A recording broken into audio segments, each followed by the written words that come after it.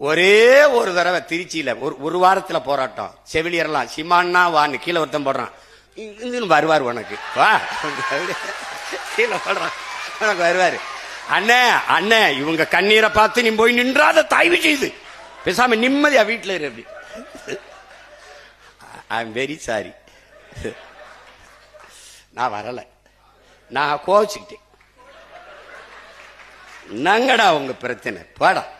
அவர் அதை சொல்றாரு, அவர் ஆகாத சொல்றாரு. கப்பர் டே, சீனால ஒரு முதலாளி என்கிட்ட 3000 ஆடு இருக்கு, மேய்க்கவரனுக்கு 1 லட்சம் சம்பளம்ட்டான். பலாயிரக்கணக்கான பேர் போய் நிக்கிறான், படிச்சவன் போறான்.